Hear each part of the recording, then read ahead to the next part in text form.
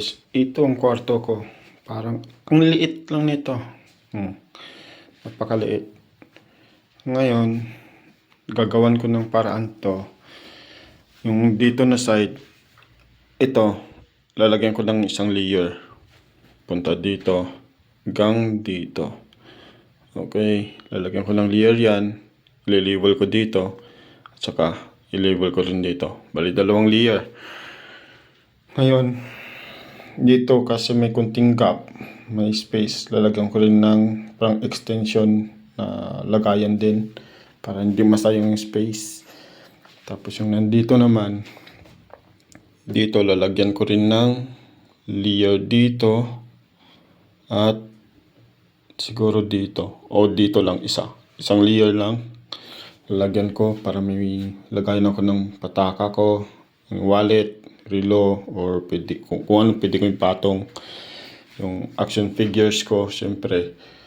Tapos yung ito aalisin ko to kasi lalagyan ko rin ng sampayan dito, siguro hindi ko alam kung ilan, basta lalagyan ko lang sampayan dito.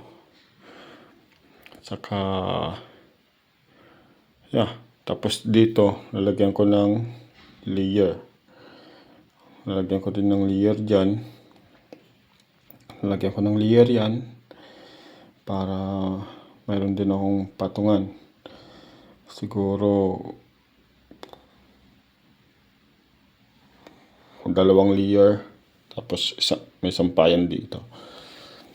So, ito may kunting modification lang kasi lalagyan ko ng kahoy ito. Yan, lalagyan ko ng kahoy yan. Lalagyan ko ng kahoy. Saka ito lalagyan ko rin ng kahoy. So, kasi ito simento kasi ito lagi ako sinisipon dahil malamig pagka umaga. So, ayusin ko. Kaya, yan. Maging maayos lang. Tapos dito lalagyan ko rin ng patungan din dito. Siyempre.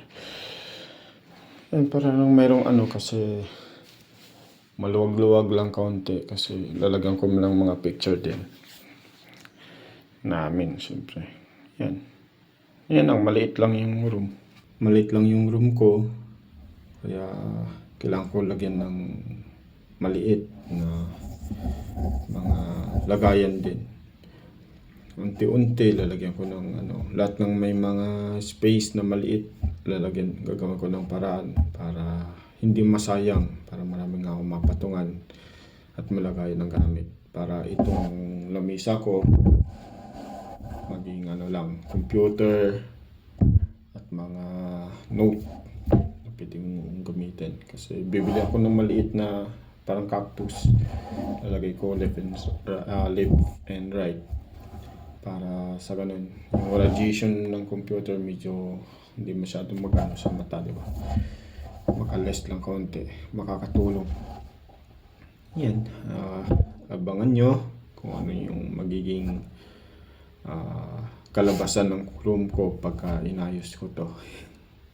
So, kaya kita na lang ulit tayo sa susunod ng ating pag-upload ulit.